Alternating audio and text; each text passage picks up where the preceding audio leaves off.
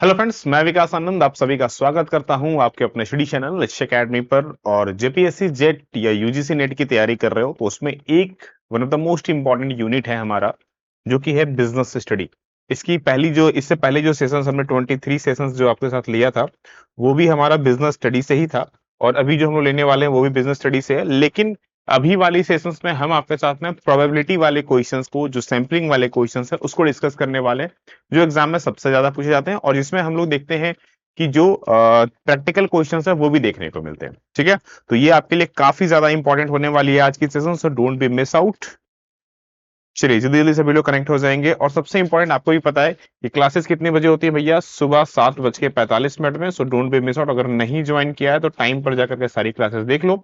ये 24वां सेशन हो गया है, 23वां सेशन तक जरूर देख लेना है, नहीं देखा है तो। एंड सबसे इंपॉर्टेंट आप सबको, सभी के लिए, 1 मिनट रुक जाएंगे। हाँ जी, तो इस सबसे इंपॉर्टेंट, जैसे कि मैं हमेशा बोलता हूँ कि पेपर वन की जो सेशंस है वो भी बहुत जल्द मैं आप लोगों के लिए स्टार्ट करने वाला हूँ। उम्मीद है कि 1-2 दिनों के बाद से आप लोगों की जो पेपर वन की सेशन है, हो सकता है मे बी आपका सरस्वती पूजा के बाद भी है या उसी दिन से आप लोगों की पेपर वन की भी सेशन सुबह सुबह स्टार्ट हो जाएगी। So don't be miss out. और पेपर वन की टेस्ट सीरीज ऑलरेडी हमारी आ चुकी है बुक के तौर पर, नहीं लिया तो डेफिनेटली बाय कर लेना, ठीक है ना। चलिए शुरू करते हैं सेशंस। और जिन्होंने टेलीग्राम ग्रुप या लक्ष्य एकेडमी ऐप नहीं डाउनलोड किया, फटाफट जाके डाउनलोड कर लो। सबसे इंपॉर्टेंट, मकर संक्रांति ऑफर, देखो ये तो ऑफर खत्म हो गई है भाई, बट कोई बात नहीं, सरस्वती पूजा ऑफर स्टार्ट हो गई है। नहीं ज्वाइन किया तो जाके कर लेना। अभी इस पर भी डिस्काउंट एक्स्ट्रा आ गया है, 3499 नहीं लग रहा है, इसमें और भी ज्यादा डिस्काउंट हो गया। अब ये लगभग आपका 3299 रुपए के आसपास में लग रहा है। ठीक है, तो नहीं ज्वाइन किया तो जाकर के इनरोलमेंट ले लेना है आपको। ठीक है, चलिए तो शुरू करते हैं सेशंस को। तो जैसा कि मैंने आपको कहा कि आज की इस पर्टिकुलर वीडियोस में हम लोग डिस्कस करने वाले हैं प्रोबेबिलिटी। देखो प्रोबेबिलिटी का मतलब क्या होता है, सिंपल सी भाषा में, हमने पहले भी डिस्कस किया, फिर से बता दूं आप लोगों को। प्रोबेबिलिटी का मतलब होता है कि कोई घटना के होने की संभावना। तो इसमें दो चीजें होती हैं, एक कुल कितनी घटना है, और दूसरा कितनी घटना होने की संभावना है। फॉर एग्जाम्पल के लिए, अगर मैं एक लूडो के डाइस, जो लूडो का गोटी होता है, अगर मैं उसको चलता हूं तो उसमें 1 से लेकर के 6 तक होता है। उसमें क्या होता है, 1 होता है, 2 होता है, 3 होता है, 4 होता है, 5 होता है, 6 होता है। यानी कि टोटल जो रिजल्ट आ सकता है वो है मेरे पास 6। ठीक है, और उसमें से मुझे कुछ एक चाहिए। इसका मतलब यहां पर ये हुआ, प्रोबेबिलिटी बेसिकली दो चीजों पर काम करता है। एक हमारा आता है सैंपल स्पेस, सैंपल जिसे हम लोग टोटल भी बोलते हैं, टोटल रिजल्ट आप बोल सकते हैं। और एक जो हमें चाहिए होता है, एक जो हमें चाहिए होता है आउटकम्स। तो ये दो चीजों पर बेस्ड होता है, एक सैंपल हो गया और दूसरा इवेंट होता है। इसको हम लोग क्या बोलते हैं, इवेंट बोलते हैं। ठीक है, याद रखिएगा, सैंपल और इवेंट इन दो चीजों पर आधार होता था। इस पर हमें दो चीजें और पढ़ने को मिलती है, वो है परम्यूटेशन और कॉम्बिनेशन। अब ये है क्या चीज, जब हमें किसी चीज को एक सिस्टमेटिक ढंग से अगर देखना हो, ठीक है, किसी चीज को अरेंज करने की नीड हो, तो हम परम्यूटेशंस का इस्तेमाल करते हैं। परम्यूटेशंस मतलब एनपीआर, ठीक है ना।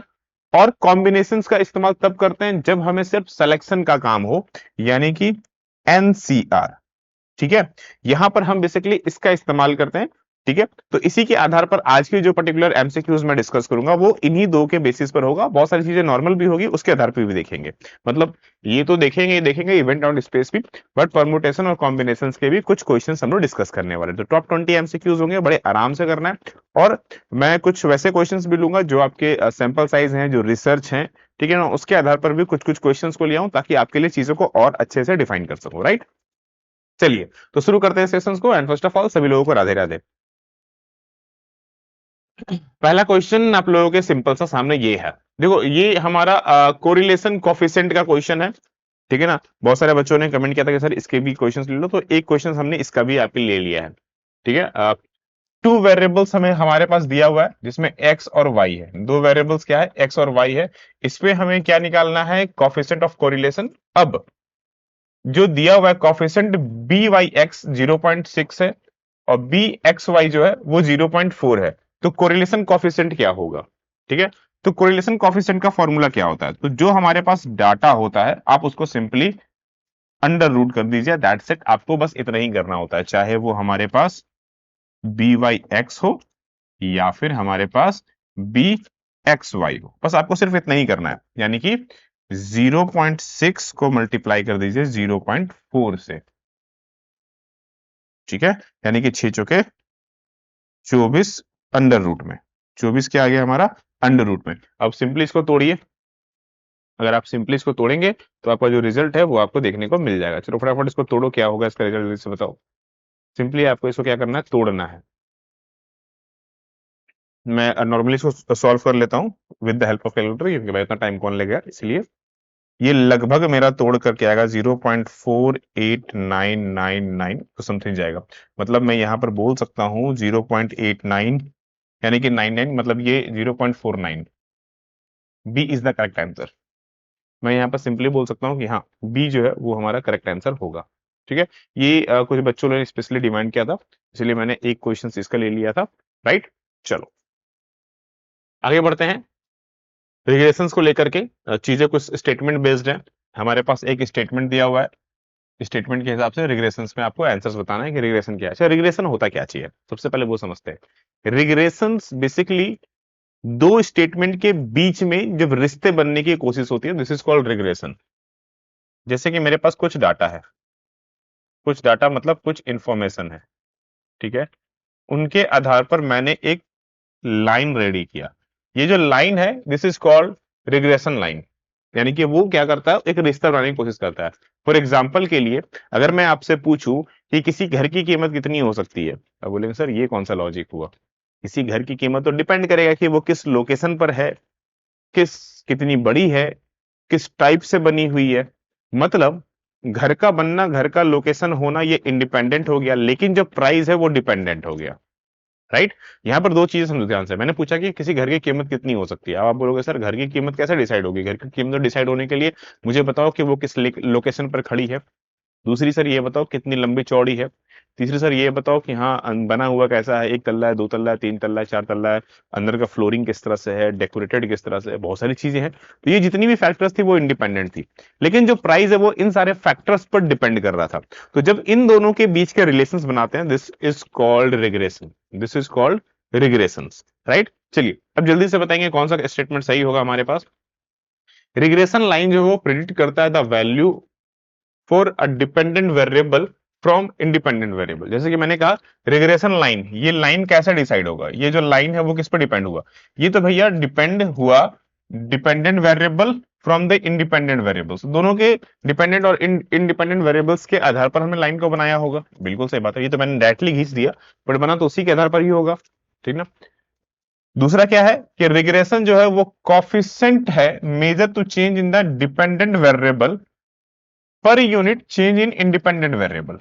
जो डिपेंडेंट वेरिएबल है वो चेंजेस होता है इंडिपेंडेंट वेरिएबल्स के बदलाव से। लोकेशन बदल दो, घर है, सेम चीजें है, सेम बना हुआ आउटडोर वगैरह इंटीरियर वगैरह सब सेम है, लोकेशन बदल दो, घर की कीमत घट जाएगी, घर की कीमत घट जाएगी, बिकॉज ऑफ लोकेशन हट गया, इसलिए उस घर की कीमत चेंज हो जाएगी। तो डिपेंडेंट वेरिएबल्स में जो इंडिपेंडेंट वेरिएबल्स है उसमें अगर बदलाव होता है तो डिपेंडेंट वेरिएबल्स ऑटोमेटिक चेंज होता है। ये चीज साफ साफ कहा गया है कि रिग्रेशंस में जो हमारा इंडिपेंडेंट है अगर उसमें बदलाव होगा तो डिपेंडेंट वेरिएबल्स प्रति यूनिट उसमें भी बदलाव होगा। एकदम सही बात भी है, अगर इंडिपेंडेंट बदलाव होगा तो डिपेंडेंट में बदलाव होना लाजमी ही है मेरे भाई, इसमें कोई शक नहीं है, ठीक है ना। नेक्स्ट क्या है, regression coefficient always equal to correlation coefficient. पहली बात तो दोनों अलग अलग चीजें हैं, इक्वल नहीं होते हैं, ठीक ना। Regression analysis can be used forecasting and trend analysis. हाँ ये बात सही है कि रिग्रेशन एनालिसिस जो है वो कहीं ना कहीं फोरकास्टिंग के लिए इस्तेमाल होता है और ट्रेंड को पहचानने के लिए इस्तेमाल होता है, बिल्कुल सही बात है। तो एक दो और चार, एक दो और चार, राइट। चलिए ओके, एक नॉर्मल सा क्वेश्चन हमारे सामने,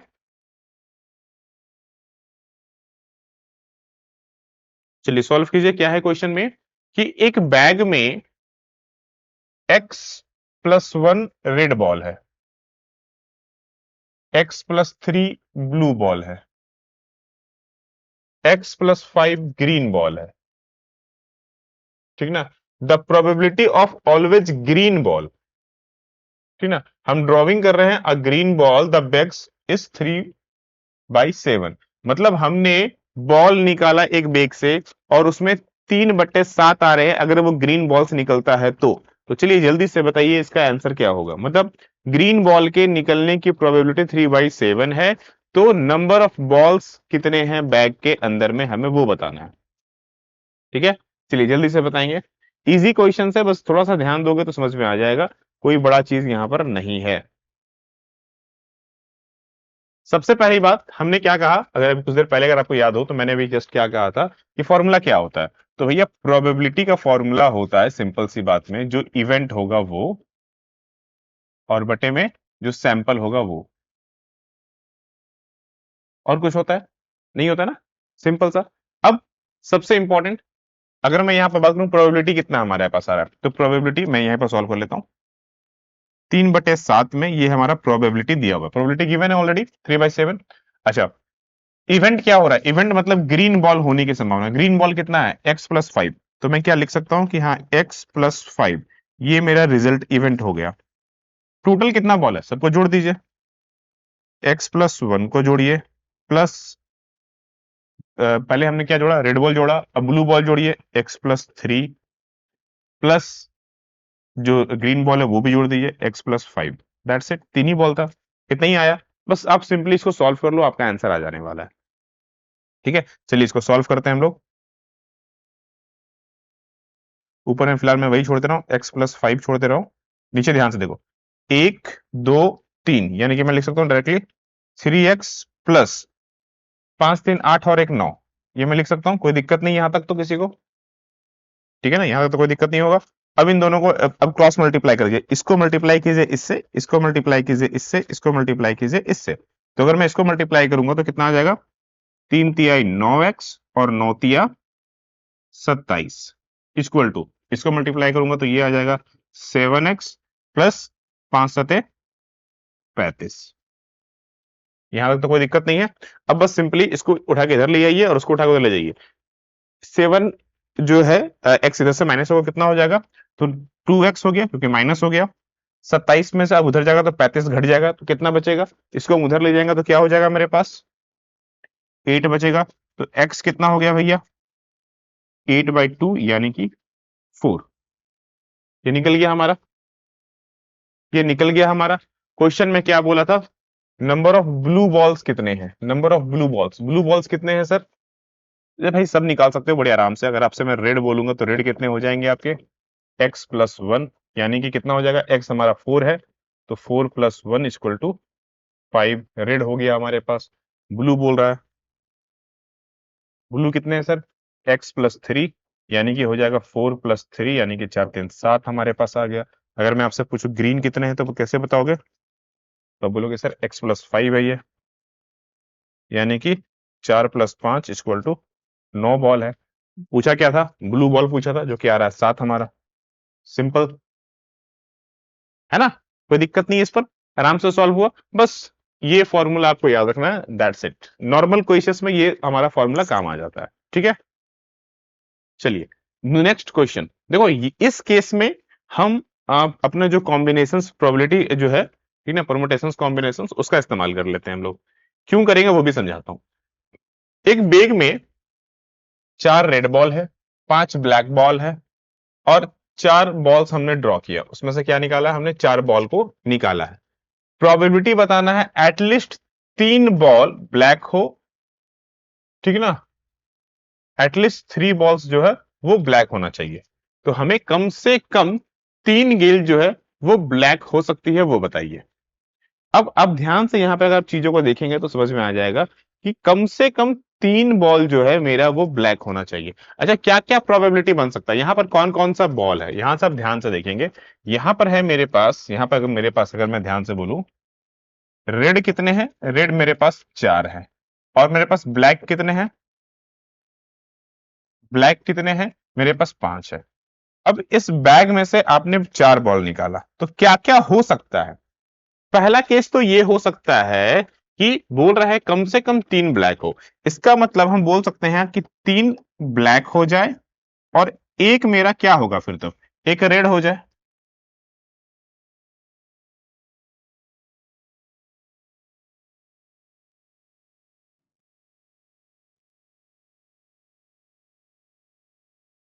ठीक है, एक क्या हो जाए, रेड हो जाए। एक ये पहला केस हो सकता है। दूसरा क्या हो सकता है कि चार है तो चारों के चारों ब्लैक हो जाए, ये पॉसिबल है ना। तीन कम से कम, यहां पर क्या बोला है कि कम से कम तीन काली गेंदें होनी चाहिए, कम से कम। ये थोड़ी बोला है कि चारों काली गेंद नहीं हो सकती है। तो ये पॉसिबल है ना कि मेरे पास तीन चार हो जाए। तो जब भी ऐसे केसेस हो जहां पर हमें चुनने की जहां पर चुनना हो और जहां पर सर्टेन चीजें ना हो, वहां पर हम कॉम्बिनेशन इस्तेमाल करते हैं, क्योंकि सिलेक्शंस की बात हो रही है। तो सबसे पहले हमें कुल बॉल कितने हैं, तो कुल हमारे पास जो बॉल है वो है 9। ठीक है ना। तो सबसे पहले चार गेंद सिलेक्शन करने की प्रायिकता क्या होगी। तो भैया सिंपल सी भाषा में अगर समझे, अगर चार बॉल को आप ड्रॉन कर रहे हैं तो 9C4, ये हमारा पहला प्रायिकता। इसको सॉल्व कैसे करते हैं, तो भैया लिमिट लगाते हैं। 9 की लिमिट बटे में लिमिट 4। ठीक है, यहां मल्टीप्लाई रहेगा, लिमिट 9 - 4। ध्यान रखिएगा इसकी फॉर्मूला को, अगर मैं आपको फॉर्मूला बता दूं तो ध्यान से देख लो फॉर्मूला। 9CR का फॉर्मूला क्या होता है, N - R। ये फॉर्मूला आपको हमेशा याद रखना है, इसी के आधार पर हम लोग बनाएंगे। अब इसका मतलब क्या होता है वो समझ लीजिए। इसका मतलब ये होता है कि ये घटते चल रहा है, ये हो जाएगा। पहले हम लोग क्या करेंगे,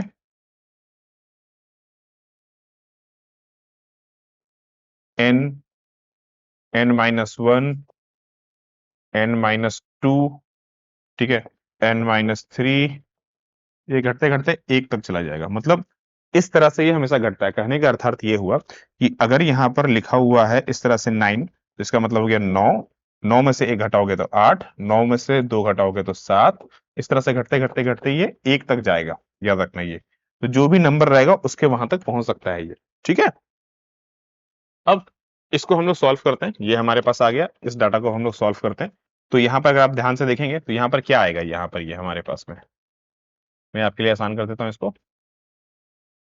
ये 4 और ये 5, जो सबसे बड़ा डेटा होगा ना उसको वहां तक लेके चलो। मतलब 9, 8, 7, 6, और इसको मैं 5 तक छोड़ देता हूं। क्यों छोड़ा मैंने, यहां पर ध्यान से देखो।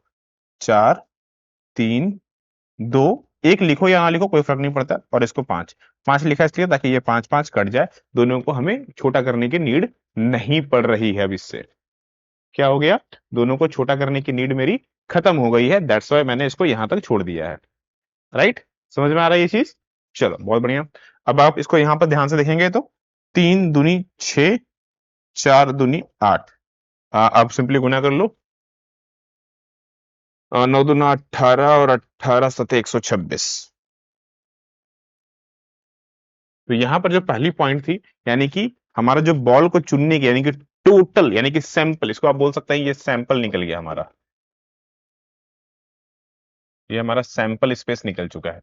अब हमें इवेंट निकालना है। अब हमें क्या निकालना है सर, इवेंट निकालना है। इवेंट का पहला केस में आते हैं, जो कि मैंने कहा आपको। तो यहां पर क्या है, पहले में तीन बॉल्स जो होंगे वो ब्लैक हो सकते हैं और एक रेड हो सकता है। तो तीन बॉल ब्लैक्स कैसे हो सकते हैं, तो भाई कोई भी तीनों ब्लैक्स में से तीनों कोई भी ब्लैक्स हमें चुन सकते हैं। यानी कि कितने में से, तो यहां पर लिख सकूं मैं 5C3, 5 में से तीन ब्लैक हो सकता है, गुने में 4C1, क्योंकि एक हमारा रेड भी हो रहा है ना। सिंपली आप इसको सॉल्व कर लो। यहां पर कितना जाएगा, 5, नीचे 3, यहाँ 2। 2 कैसा आया, 5 - 3 2 हो गया। ठीक ना। इसको सॉल्व करेंगे तो 4 1 3, 3 कैसे हुआ, 4 - 1 3 हो गया। ठीक है ना। अगर आप यहां पर देखेंगे तो 5 4, और मैंने इसको छोड़ दिया इसी पे। यहाँ पर 3 का 3, यहाँ 2 का 2। ठीक है ना। यहां पर आएंगे तो 4 को बाहर निकाला, 3 को अंदर छोड़ दिया, और एक का तो मतलब ही नहीं बनता है। ठीक है, यहां तो समझ में आ रहा है चीजें। इसको और इसको काट दीजिए, इस 3 और इस 3 को काट दीजिए, इसको और इसको 2 से काट दीजिए। तो 5 दूनी 10 और इधर 4। 5 दूनी 10 और 4 कितना हो गया यहाँ पर हमारे पास, 40। तो पहली इवेंट हमारे पास कितनी आ गई, वो 40 आ चुकी है। पहली इवेंट अभी मैंने निकाली वो 40। ये तो पहला केस हमने, पहला इवेंट हमारा हो गया। अब दूसरे इवेंट पर आते हैं। ये दूसरा इवेंट है, क्योंकि दो तरह से हो सकता है ना, कम से कम तीन बॉल ब्लैक होना चाहिए, तो भैया चार भी तो ब्लैक हो सकता है। तो दूसरा इवेंट भी निकाल लेता हूं मैं। स्पेस कम पड़ जा रहा है, चलो खैर कोई नहीं है। मैं यहाँ बना लेता हूँ, ठीक है ना, इधर यहीं पे बना लेता हूँ, चलो कोई खैर कोई नहीं, ठीक है। अब मैं दूसरा इवेंट पर आ जाता हूँ, दूसरा इवेंट बहुत ज्यादा टफ नहीं है। तो 5 में से, अब यहाँ पर क्या है, 5 ब्लैक में से 4 ब्लैक हो जाना चाहिए मेरा, ठीक है। तो मैं क्या बोल सकता हूँ, यहाँ पर कितना आएगा, 5C4। तो क्या इसको सॉल्व करने से आएगा, ऊपर में 5, इधर में 4, और 5 में से 4 गया तो बचा 1।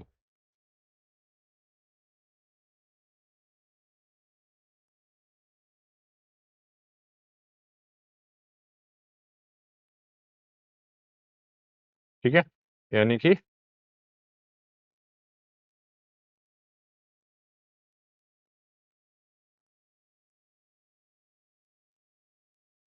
यहाँ कितना बच गया, 5, ठीक है। अब सैंपल बटे में प्रोबेबिलिटी निकाल लेते हैं हम लोग। प्रोबेबिलिटी का फॉर्मूला तो पता ही है आप सबको। प्रोबेबिलिटी का फॉर्मूला क्या होता है, इवेंट बटे में सैंपल। इवेंट कितने हो गए सर, 40 इधर इवेंट हो गए और 5 इधर हो गए, कुल मिलाकर के 40 प्लस 5 45 इवेंट हो गए।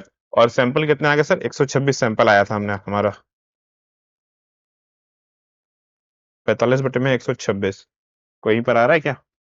अच्छा, कटेगा छटेगा भी तो, ये कटेगा छटेगा भी तो, है ना। 5 45, 9 से कट सकता है ये, 5 9 45 और 9 से, हाँ 9 से कटेगा, 5 9 45 हो जाएगा, और इसको काटेंगे तो ये हमारे पास आ जाएगा 5 9 और 9 5 45, 5 आएगा, सॉरी 5 से नहीं।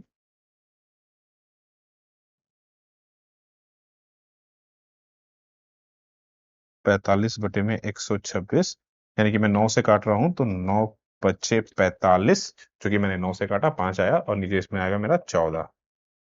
कहीं पर है क्या, या बिल्कुल ये रहा, राइट। क्योंकि समझाना है इसलिए थोड़ा सा लेंदी पड़ रहा है, अदरवाइज ये डायरेक्टली सॉल्व होगा। थोड़ा सा टाइम टेकिंग तो है, क्योंकि सॉल्व करना है आपको। तो इस टाइप के क्वेश्चन एक आध ही आपके एग्जाम में होते हैं, ऐसा नहीं है कि लिटरली ये बहुत ज्यादा क्वेश्चंस होता है। सो ऐसे क्वेश्चन एक आध देखने को मिलते हैं, सो डोंट वरी, इसको आप आराम से सॉल्व कर सकते हैं इस टाइप से, ठीक है। नेक्स्ट क्वेश्चन हमारा फिर से कार्ड वाला है, ध्यान से देखेंगे और इसको सॉल्व कीजिए, चलिए। हाँ, इस टाइप के क्वेश्चंस एग्जाम में सबसे ज्यादा देखने को मिलते हैं। इस टाइप के क्वेश्चन थोड़ा सा ये इजी होते हैं। क्या है क्वेश्चन में, कि एक कार्ड है जिसको आपको निकालना है, फ्रॉम द प्रॉपरली सफल्ड है, जिसमें 52 कार्ड के पत्ते हैं, जिसमें से निकालना है आपको। ईच आउटकम्स इक्वली, आप रेंडमली निकाल रहे हैं, कैलकुलेट करना है प्रोबेबिलिटी, जिसमें हमारा एक का नहीं आए उसकी प्रोबेबिलिटी क्या होगी।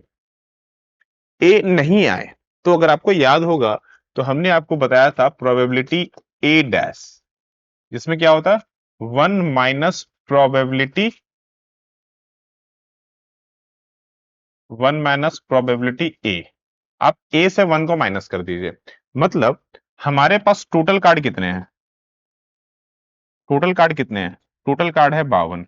उसमें से ए हमारे पास, यानी कि जो एक का होता है, वो हमारे पास कितने हैं, वो हमारे पास 4 है। तो इसके आने की संभावना कितनी हो जाएगी, इसके आने की संभावना आप बोलेंगे सर 4 बटे में 52। ये हमारे आने की संभावना हो गई। नहीं आने की संभावना, यानी कि पी ए डैश निकाल लीजिए। मतलब हम बोल सकते हैं 1 में से माइनस कर लीजिए 4 बटे में 52। बस आपको इतना ही काम करना है, 4 बटे 52 आप घटा लीजिए, आपका आंसर आ जाएगा।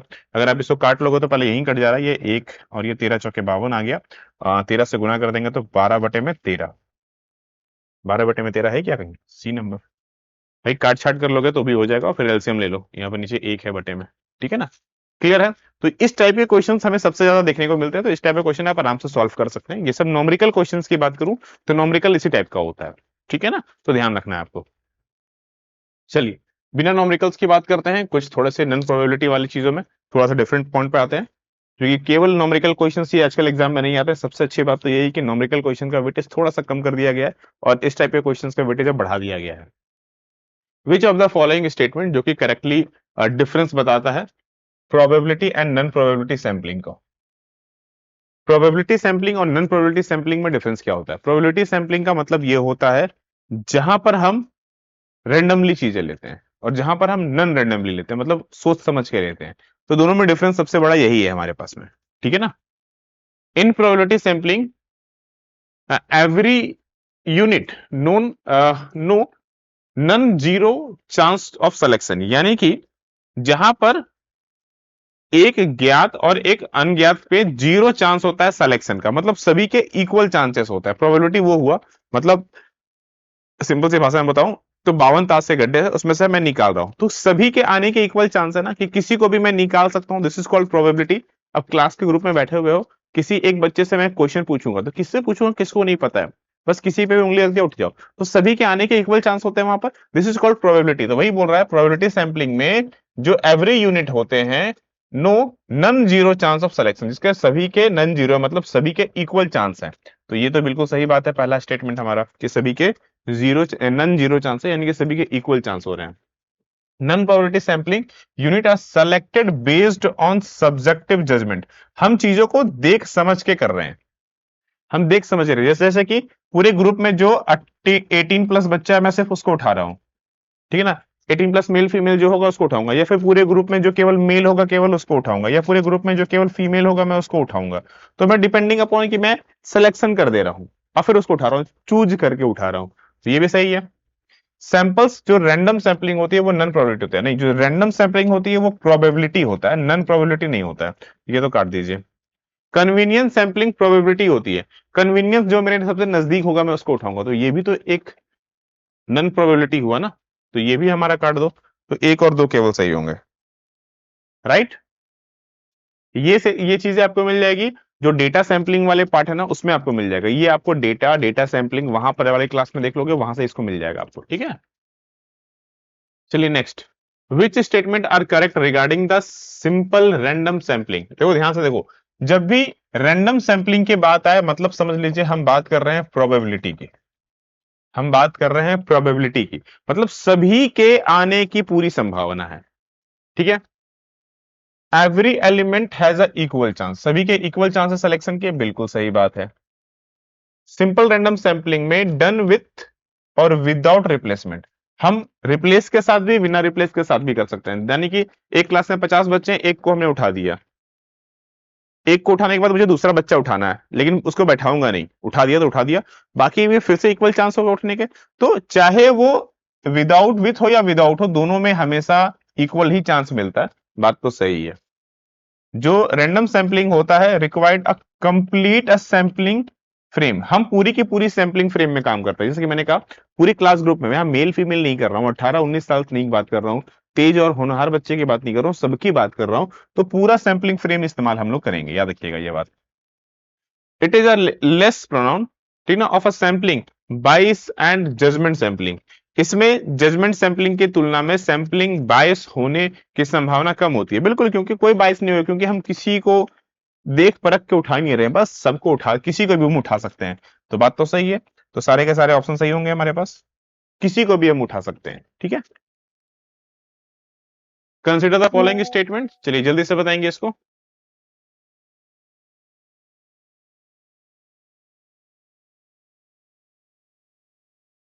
चलिए जल्दी से बताएंगे इसमें क्या होगा।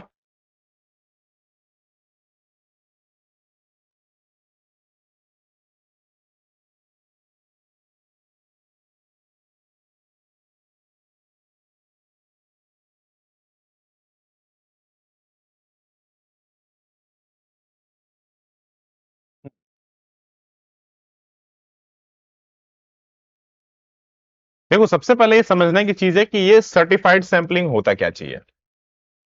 Certified sampling is the part of, दोस्तों सबसे पहले समझ लो पे होता क्या चाहिए। मान लो ये मेरी की पूरी पॉपुलेशन ग्रुप है, इसमें मैंने अलग अलग ग्रुपिंग बना दिया कि भैया यहां पर केवल मेल मिलेगा, यहां पर केवल फीमेल मिलेगा, यहां पर 18 प्लस मिलेगा, ठीक है, मैंने अलग अलग ग्रुप बनाया,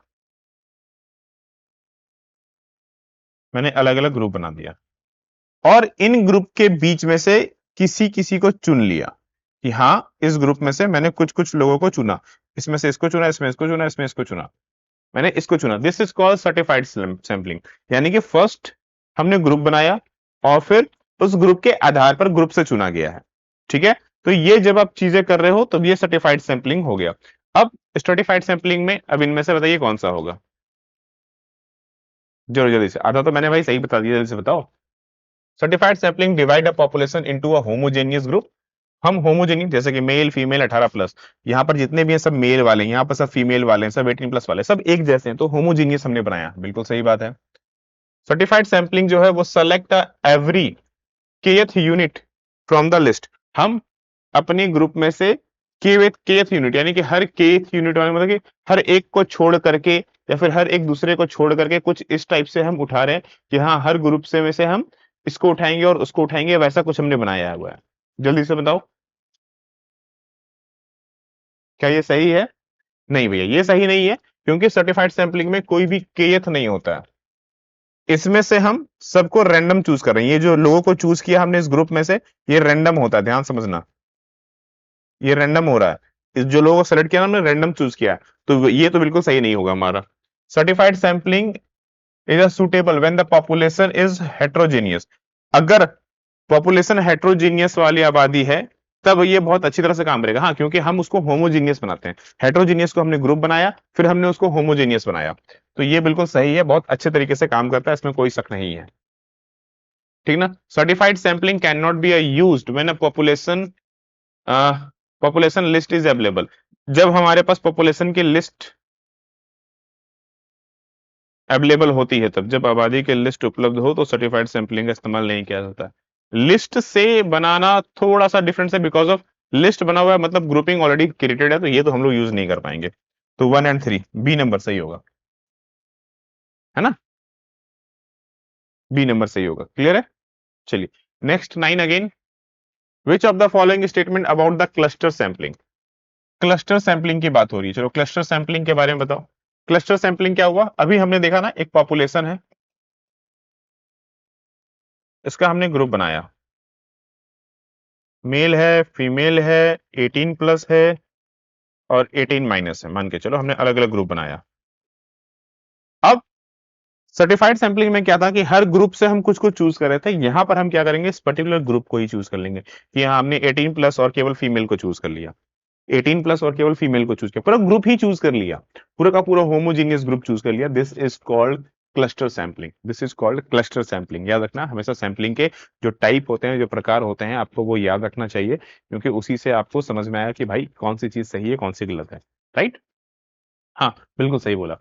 population is divided into a cluster, यानी कि ग्रुप्स में बांट देते हैं, and a sample of the cluster select, यानी कि ग्रुप को ही चूज करते हैं, जैसे कि मैंने कहा पूरा ग्रुप को ही चूज कर लिया मैंने। All element with the select a cluster are studies, फिर हमने जो भी ग्रुप को चूज किया है उनमें जितनी भी क्लस्टर, यानी कि जितने भी ग्रुप्स हैं सबको स्टडीज करते हैं। बात तो सही है, जो भी हमने ग्रुप्स लिया उसको पूरा स्टडी करना पड़ेगा अब हमें। Cluster sampling is less costly than SRR. अब यहां पर ये लेस कॉस्टिंग होता है, बिकॉज ऑफ क्यों, क्योंकि आप ग्रुप को चूज कर रहे हैं, इसको आपने रिजेक्ट ही कर दिया, छोड़ ही दिया। तो ऐसे में ये अगेन अगर ध्यान से देखेंगे तो ये एज पर, अब सब में से कुछ कुछ लोग, तो सबको पढ़ना पड़ेगा, एक बार पहले बांटा फिर उस पर चूज किया, यहाँ पर हमने ग्रुप ही ले लिया, तो ये लेस कॉस्टली होगा, ये बात तो एकदम सही है हमारे पास। Cluster sampling required a population into a homogeneous within a cluster, यहाँ पर बोल रहा है क्लस्टर के अंदर में होमोजीनियस होना चाहिए, यानी कि जो क्लस्टर है उसके अंदर में क्या हो, होमोजीनियस हो। होमोजीनियस मतलब एक जैसे होने चाहिए, मेल फीमेल 18+18-, तो हमने ग्रुप बनाया था, तो होमोजीनियस ग्रुप बनाया हुआ है हमने। तो यहाँ पर क्लस्टर सैंपलिंग रिक्वायर्ड्स अ पॉपुलेशन बिया होमोजीनियस, यानी कि क्लस्टर सैंपलिंग के लिए जरूरी है कि क्लस्टर के अंदर कैसा होना चाहिए, आबादी एक तरह से होनी चाहिए, बिल्कुल सही बात है, तो ये भी बिल्कुल सही है, तो 1 2 3 4 चारों सही होंगे, है ना। Next, which of the following statement are correct, कौन सा सही है वो बताइए। चलिए जल्दी से नेक्स्ट क्वेश्चन का आंसर देंगे फटाफट। Purposive sampling select unit based on research judgments. थोड़े बहुत रिसर्च के भी क्वेश्चंस हमने लिए हैं, बिकॉज ऑफ रिसर्च वाले क्वेश्चंस एग्जाम में आजकल अच्छे से देखने को मिलते हैं। तो रिसर्च वाले में किस किस टाइप क्या होता है, रिसर्च और सैंपल लगभग लगभग एक ही जैसे होते हैं, थोड़े बहुत डिफरेंट होते हैं, बिकॉज ऑफ सैंपल्स में हम सिर्फ सैंपल देखते हैं, सैंपल को लेने का तरीका को ही एक तरह से बोल सकते हैं रिसर्च में आप कंसिडर कर सकते हो, एग्जाम्स में सबसे ज्यादा वही पूछा जाता है आपसे, ठीक है। तो क्या है हमारे पास, जो पर्पसिव सैंपलिंग होती है, select a unit based on a researcher judgement, जो रिसर्चर होता है वो अपने फैसले यानी कि अपने जजमेंट के आधार पर चूज करता है, बात तो सही है, this is called non probability sampling, इसको नन प्रोबेबिलिटी इसलिए बोला जाता है। कोटा सैंपलिंग, कोटा सैंपलिंग जो है वो सेलेक्ट करता है sample the match the population of characteristics, यानी कि कोटा सैंपलिंग क्या होता है? कोटा सैंपलिंग में हमारे पास लिमिट होता है कि भाई आपको सिर्फ 10 बच्चों पर ही आप टेस्ट कर सकते हैं, आप 20 बच्चों पर ही टेस्ट कर सकते हैं। तो अगर हम 20 बच्चे चूज करेंगे तो कोशिश करेंगे ना कि जो सिमिलर टाइप के मैच करते हैं, ताकि हम उनको ले कैरेक्टरिस्टिक्स वैसे ले जो कहीं ना कहीं सैंपल उनकी जो विशेषताएं हैं वो एक जैसा हो। ठीक है ना, तभी तो हमारा अच्छे से वर्क होगा, अदरवाइज काम कैसे करेगा भाई, है ना। तो ये जरूरी है, चलिए ये भी बहुत सही है हमारे पास। Both are probability sampling method. वो ये दोनों जो है, चाहे परवसिव हम लोग ले चाहे आपका कोटा ले, ये दोनों प्रोबेबिलिटी सैंपलिंग है। नहीं भैया, ये दोनों नन प्रोबेबिलिटी सैंपलिंग है, बिकॉज ऑफ दोनों में जजमेंट की काम हो रही है, दोनों में हम जजमेंट कर रहे हैं। इसमें हम कोशिश कर रहे हैं कैरेक्टरिस्टिक सेम हो, और इसमें हम जजमेंट इस्तेमाल कर रहे हैं, तो नन प्रोबेबिलिटी हुआ ना, प्रोबेबिलिटी तो हुआ नहीं। ठीक है ना। प्रोबेबिलिटी सैंपलिंग जहां पर रैंडम किसी को भी चूज कर लिया, नन प्रोबेबिलिटी सोच समझ करके किया, बस दोनों में अंतर इतना याद रखिए। नन प्रोबेबिलिटी मेथड में introduce bias but are easier and cheaper. इस पे कुछ पूर्वाग्रह पहले से होते हैं। 22 का मतलब क्या हुआ कि कुछ पहले से सोचा समझा हुआ है।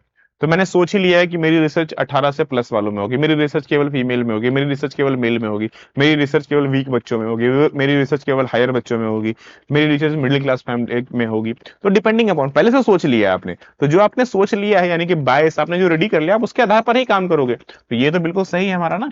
तो 1 2 और 4, राइट। हम्म। आगे बढ़ते हैं next. Null hypothesis, alternative hypothesis, type 1 error और टाइप 2 एरर। हाइपोथेसिस वाली जो आपने क्लासेस देखी हैं उसके अंदर में ये आपको मिलेगा। ठीक है ना। चलिए जल्दी से बताइए कौन सा सही होगा। नल हाइपोथेसिस, नल है मतलब कोई भी चीजें नहीं होने वाली, यानी कि hypothesis that there is a no significant a different or effect, जहां पर कोई भी इफेक्ट और कोई भी चीज देखने को नहीं मिलने वाली है। तो यानी कि वन का बी किसी में है क्या? अच्छा, एक ही से आंसर मिल जा रहा है भाई, ये तो सबसे आसान हो गया।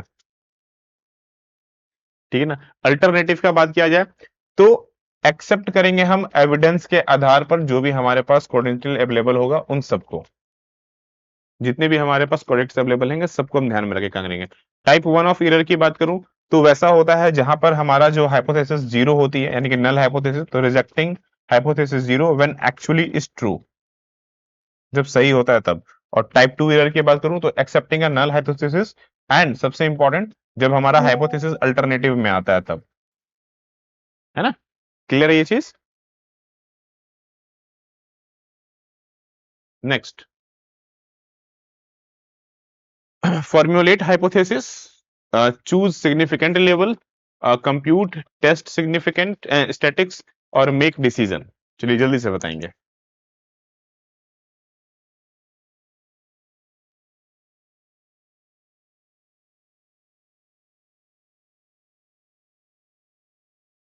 जब हम बात करते हैं फॉर्मुलेट हाइपोथेसिस की तो दो तरह से आता है, एक हाइपोथेसिस जीरो यानी कि नल, और एक अल्टरनेटिव दो। तो ये दो तरह का हमारे पास आइडेंटिफिकेशन देखने को मिलता है। सबसे आसान तरीका वन का डी। अच्छा, ये भी आंसर ही देखो क्या बात है, ऐसे भी एग्जाम में होते हैं कि भैया एक चूज करो और उससे आंसर बन जाए, तो और क्या चाहिए, फिर तो आपके लिए आसान है। चूज सिग्निफिकेंस, जब हम चूज करते हैं सिग्निफिकेंटली तो ये क्या होता है, ये प्रोबेबिलिटी थ्रेशोल्ड को दिखलाने का काम करता है, ये उसके लिए होता है। कंप्यूट टेस्ट अगर बात करूं तो किस तरह से हम सबको कैलकुलेट करते हैं, तो जहां पर कंप्यूट की बात होगी वहां पर कंपेयर की जरूर बात होगी, तो आप इसको ध्यान रखिएगा। और मेक अ डिसीजन, जहां पर हम कैलकुलेशन ऑफ जेड टी और एक्स स्क्वायर टेस्टिंग की बात करते हैं, क्योंकि डिसीजंस लेने वाले हैं। तो जेड टेस्टिंग, सी टेस्टिंग, ये सब टेस्टिंग को आप चेक करेंगे तब अगर डिसीजन करेंगे। ठीक है ना। अभी हमने जेड टेस्टिंग की बात ही की थी, जेड टी स्क्वायर और एफ टेस्टिंग। टी टेस्टिंग अभी भी बचा हुआ है। क्या होता है ये सब चीजें, चलो जल्दी से बताओ। ये ऑलरेडी आप लोगों को पढ़ाया गया है, तो उम्मीद होगा कि आप लोग सही सही बताएंगे। चलिए जल्दी जल्दी बताइए फटाफट।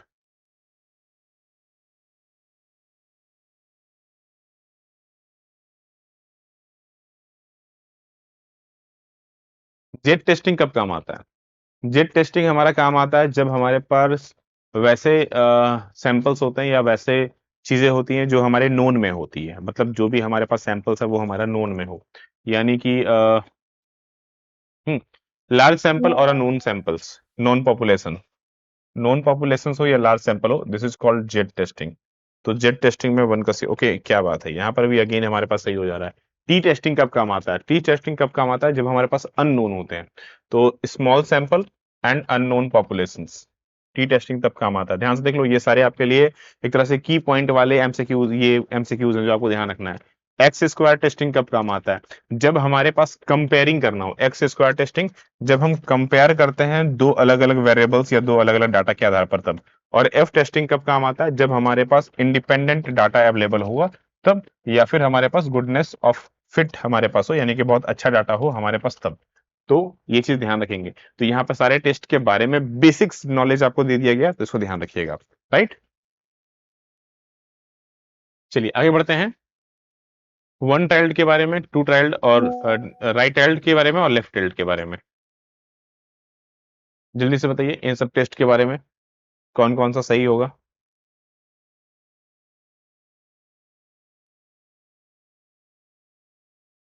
वन टेल्ड की बात किया जाए तो जहां पर हम एक डायरेक्शन की बात करते हैं, जहां पर हमारा टेस्ट इफेक्ट सिर्फ और सिर्फ एक डायरेक्शन पर जाता है, यानी कि test effect in a single direction, जहां पर आपने कुछ रिजल्ट निकाला और आपका सिर्फ और सिर्फ सिंगल डायरेक्शंस पर ही काम होने वाला है। मतलब प्रॉपरली पढ़ोगे तो भैया सिलेक्शन होने के चांस होते हैं आपके। तो एक ही डायरेक्शन हुआ, लेकिन यहाँ पर दो डायरेक्शन होता है, फेल भी हो सकते हो, ठीक है। तो यहाँ पर दो डायरेक्शन हमारे पास हो गया कि हाँ दो डायरेक्शन हो सकते हैं। अच्छा, दो डायरेक्शन होते हैं मतलब test effect in both direction, तो किस में जाएगा? तो जल्दी से बताओ। Test effect in both direction, तो ये टू टेल्ड को दिखलाता है, जहां पर हमारे पास दो डायरेक्शन हो सकते हैं। यानी कि आपके जो डायरेक्शन हो सकते हैं टेस्ट इफेक्ट के, दो डायरेक्शन। जहां पर सिंगल रिजल्ट हो सकता है वो वन डायरेक्शन, जहां पर बोथ हो सकता है वो टू डायरेक्शन। राइट डायरेक्शन की बात किया जाए तो राइट टेल्ड कब काम आता है? अगर सिंपल से भाषा में आप समझना है, जल्दी जल्दी बताओ। अच्छा, वन का बी, टू का ए, डी नंबर तो मिल गया भाई। राइट टेल्ड कब होता है? जब हम राइट साइड की लिफ्ट करते हैं और जहां पर रिजेक्शन प्रॉब्ली हो सकता है, और जहां पर लेफ्ट, जहां पर हम लेफ्ट साइड की ओर टिल्ड करते हैं तब। ठीक है, ये तो बहुत आसान है, ये तो बच्चों वाला था, है ना। चलिए next. Research participant must give what before they can participate in a study. Research participants जो है वो must give what before they can be a participate in study, यानी कि रिसर्च का हिस्सा लेने वाले स्टडीज में शामिल होने से पहले क्या देना होता है। मतलब आप रिसर्च में शामिल होने, मतलब आप पे रिसर्च होगा, उससे पहले हम क्या करेंगे? एक सिंपल सी बात बताओ, हम क्या लेंगे? अगर मुझे आप पे रिसर्च करना है, फॉर एग्जाम्पल के लिए कि आप वीक स्टूडेंट हैं या स्ट्रांग स्टूडेंट हैं, तो मैं कैसे चेक करूंगा, कैसे रिसर्च करूंगा? तो ऑफ कोर्स मैं पहले आपका टेस्ट लूंगा या तो आपका रिजल्ट देखूंगा। इसका मतलब आप इन्फॉर्म कलेक्शन करना पड़ेगा मुझे, आपका इंफॉर्मेशन जो है वो लेना पड़ेगा मुझे। आपकी इंफॉर्मेशन को लेने के लिए मुझे कंसर्न करना पड़ेगा कि भैया मुझे अपना इंफॉर्मेशन दो, आपके रिजल्ट दिखलाओ या फिर टेस्ट दो, कुछ तो करना पड़ेगा मुझे, तभी तो पता चलेगा ना भाई मुझे। अगर आप पर रिसर्च करना कि आप वीक हो, स्ट्रांग हो, एवरेज बच्चे हो, कैसे बच्चे हो, तो राइट। सिंपल सा क्वेश्चन, ध्यान देने वाली बात है। लेकिन a research design in which either the investigators or participant is not aware the termed a participant इसमें रिसीविंग रेफर्स टू, यानी कि एक रिसर्च का डिजाइन ऐसा है जहां ना तो इन्वेस्टिगेटर को और ना ही पार्टिसिपेंट को पता है कि वो उस रिसर्च का हिस्सा है। वो क्या होगा? देखो, single blind, half blind, double blind, और अगर मैं बात करूं तो हमारा लर्निंग रेट, इसकी बात करूं तो सिंगल ब्लाइंड जहां पर रिसर्चर को पता होता है लेकिन जो पार्टिसिपेंट है उसको पता नहीं होता है। हाफ ब्लाइंड जहां दोनों में से भैया किसी को नहीं पता होता है, ठीक है ना। डबल ब्लाइंड,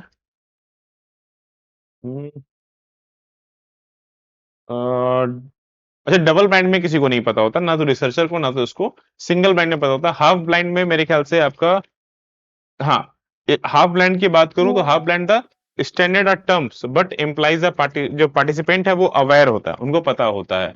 और अगर मैं बात करूं लॉजिस्टेंट की बात करूं तो represent the observations the same object over a time, जिसमें ट्रैकिंग चेंजेस कर सकते हैं, अनलाइकली या बिल्डिंग्स चेंज कर सकते हैं, कंट्रोल कर सकते हैं बाइस को, इन सब चीजों को। मतलब इस क्वेश्चन का आंसर जो हमारा हो जाएगा वो होगा डबल ब्लाइंड। दोनों में किसी को नहीं पता है, ना तो रिसर्चर को ना तो पार्टिसिपेंट को, किसी को नहीं पता है, दोनों ब्लाइंड्स हैं यहाँ पर हमारे पास में। ठीक है, ध्यान से देख लो, फिर समझ लो। सिंगल ब्लाइंड का अर्थ है जहां पर केवल प्रतिभागी को अपने समूह या उपचार के बारे में नहीं पता है, जो पार्टिसिपेंट है उनको नहीं पता है सिंगल ब्लाइंड में। डबल ब्लाइंड में ना तो प्रतिभागी को और ना ही शोधकर्ता, दोनों में कोई नहीं जानता एक दूसरे को। ठीक ना। हाफ ब्लाइंड में एक मानक शब्द नहीं है, लेकिन इसका तात्पर्य है कि आंशिक जागरूकता से, मतलब कि हाफ ब्लाइंड तब काम होता है जैसे कि होता है ना, किसी चीज के बारे में हमें अच्छे से जागरूक ही नहीं है। जैसे कि कोई प्रोडक्ट खरीद तो लिया, लेकिन उसके पीछे जो डिस्क्रिप्शन है वो जैसे कुछ खाने वाली चीज खा रहे हैं आप, लेकिन उसके पीछे इंग्रेडिएंट पढ़ा ही नहीं है। हाँ, आपको पता है कि भाई इसमें ये होगा, किसी ने बोल दिया, आपने सुन लिया और बस वही मान रहे सच्चाई, बट रियलिटी क्या है जो पढ़ोगे तो पता चलेगा। तो ये एक तरह से हाफ ब्लाइंड हो गया। ठीक है ना। लॉन्गिगेट नीडल की बात करूं तो समय के साथ एक ही विषय में बार बार अवलोकन किया जाता है, और जिसमें जो परिवर्तन आएगा उसे आप पता कर सकते हैं, जबकि जो ब्लाइंडिंग की हस्ताक्षर है वो पूर्वाग्रह पर नियंत्रित किया जाता है। मतलब समय के आधार पर चीजों को आप बदल रहे हैं, लेकिन पहले वाली चीजें अभी भी चल रही है। जैसे कि कितने बार होता है ना, घर में बैठे हुए वो पैर नहीं हिलाना चाहिए, है ना। रीजंस किसी को नहीं पता है, माँ बाप दादा दादी से नाना नानी से सुनते आ रहे हो, बट किसी को रियलिटी में नहीं पता है क्यों नहीं हिलाना चाहिए। बस नहीं हिलाना चाहिए। जैसे कि रोज रास्ता में चलते समय बिल्ली रास्ता काट दे तो क्रॉस नहीं करना चाहिए, क्यों नहीं करना चाहिए भाई, किसी को नहीं पता, बस सुनते आए हैं। आपने किसी से, आपके मम्मी पापा ने अपने मम्मी पापा से सुना, आप सुन रहे हैं, आप अपने बच्चों को सुना रहे हैं। ठीक है, तो ये उसी चीज को रिप्रेजेंट करता है। ठीक है ना। विच ऑफ द फॉलोइंग स्टेटमेंट, जो कि करेक्टली डिफाइन करता है रिसर्च को, थोड़ी जल्दी से बताओ, इनमें से कौन सा स्टेटमेंट जो करेक्टली डिफाइन करता है रिसर्च को। तो रिसर्च क्या है? तो रिसर्च एक सिस्टमेटिक इन्वेस्टिगेशन है जो कि स्टैब्लिश किया जाता है फैक्ट ऑफ प्रिंसिपल्स के आधार पर। रिसर्च अंदाजे नहीं होता, तो रिसर्च एक सिस्टमेटिक तरीका होता है, याद रखना। कभी भी ये अंधाधुंध नहीं हो सकता है भाई, एक तरीका होता है और उसी तरीके के आधार पर होता है, एक सिस्टमेटिक तरीका होता है। Which of the following are the main objective of research, research करने का सबसे मेन ऑब्जेक्टिव क्या होता है, चलिए जल्दी से बताइए। मुख्य उद्देश्य क्या है, क्यों रिसर्च करते हो आप इतना? कुछ नया खोजने के लिए, ऑफ कोर्स कुछ नया खोजने के लिए हम करते हैं। ठीक ना। जो एग्जिस्टिंग थ्योरीज है उनको जांचने के लिए भी करते हैं कि क्या वो सही भी है या गलत है, मतलब फैक्ट को चेक आउट करने के लिए करते हैं।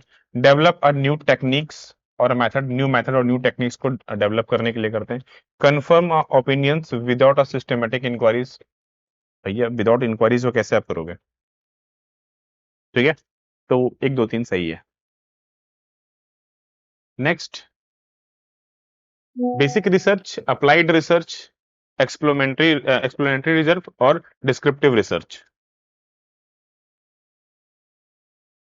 देखो, बेसिक है, अप्लाइड है, एक्सप्लोइट करने की बात हो रही है और डिस्क्रिप्टिव की बात हो रही है। चलिए जल्दी से बताएं, नाम अगर ध्यान से देखोगे तो आपको आंसर समझ में आ जाएगा।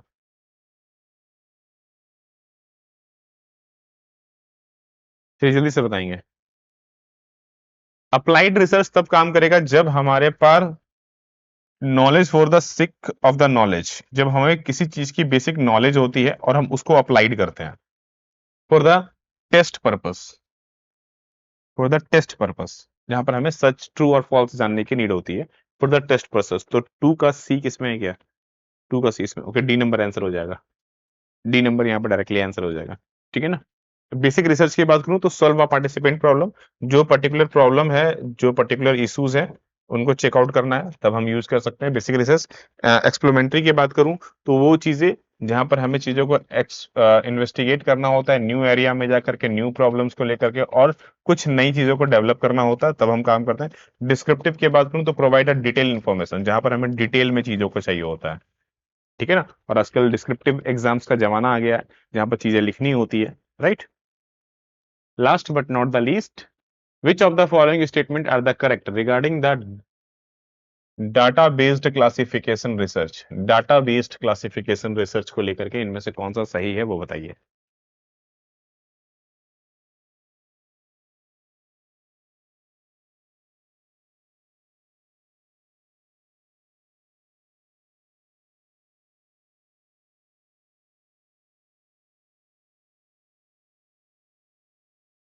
Qualitative research deal with the non numerical data like the opinion and attitude. एक होती है नंबर और एक होती है गुण। जब हम गुण की बात करेंगे तो उसमें नंबर नहीं आएगा, आप अच्छे हैं, मैं यहाँ पर कितने अच्छे हैं कितने खराब है, बहुत अच्छे हैं, आउट ऑफ 10 की बात नहीं कर रहा हूँ, बस अच्छे और बुरे बता रहा हूँ। आउट ऑफ 10 कितने अच्छे, मैं उसकी बात नहीं कर रहा हूँ। तो ये हो गया ओपिनियन और एटीट्यूड पर बेस्ड। क्वांटिटेटिव, जहां पर नंबर की बात होगी, ठीक है ना। Quantitative research deal with the numerical data and statistical analysis, जहां पर नंबर की बात करते हैं। आउट ऑफ 10 आप 9 अच्छे हैं मतलब बहुत अच्छे होंगे, आउट ऑफ 10 आप आउट ऑफ 10 अच्छे हैं मतलब बहुत अच्छे हैं, आउट ऑफ 10 आप आउट ऑफ 2 अच्छे हैं मतलब बहुत बेकार आदमी है। तो डिपेंडिंग अपॉन जहां पर मुझे नंबर पता है, नंबर के आधार पर आपने क्वालिटी चेकआउट कर लिया। मिक्स्ड मेथड की बात करने वाले हैं, रिसर्च जो कि कंबाइन करता है क्वालिटेटिव और क्वांटिटेटिव दोनों मेथड को। हाँ बिल्कुल सही बात है, दोनों मिला भी सकते हैं हम लोग, बहुत अच्छे हैं बहुत खराब, बहुत नंबर्स भी दे करके वो चीजें कर सकते हैं। क्वालिटेटिव रिसर्च यानी कि क्वालिटी वाली बात हो रही है। Can never be a structured, इसको हम क्या बोल सकते हैं, स्ट्रक्चर्ड नहीं कर सकते हैं। क्यों नहीं कर सकते हैं भाई, बिल्कुल कर सकते हैं। सो ए नंबर। तो ये तो हुए हमारे 20 क्वेश्चन समाप्त। आप लोगों ने कितने स्कोर किए हैं कमेंट करके जरूर बताइएगा, ठीक है। और जिन्होंने अभी तक अपनी क्लासेस ज्वाइन नहीं की है फटाफट जाओ, जेपीएससी जेट की बैचेस ऑलरेडी गोइंग ऑन हो गई है। स्पेशली अगर बात करूं कॉमर्स की तो क्लासेस चल रही हैं भैया, नहीं ज्वाइन किया तो फटाफट ज्वाइन करो, क्योंकि भाई याद रखो पढ़ना सबसे ज्यादा जरूरी है, बिना पढ़े आपका काम नहीं होने वाला है, ठीक है। मिलते हैं फिर नेक्स्ट क्लास में, आप सभी लोगों को राधे राधे।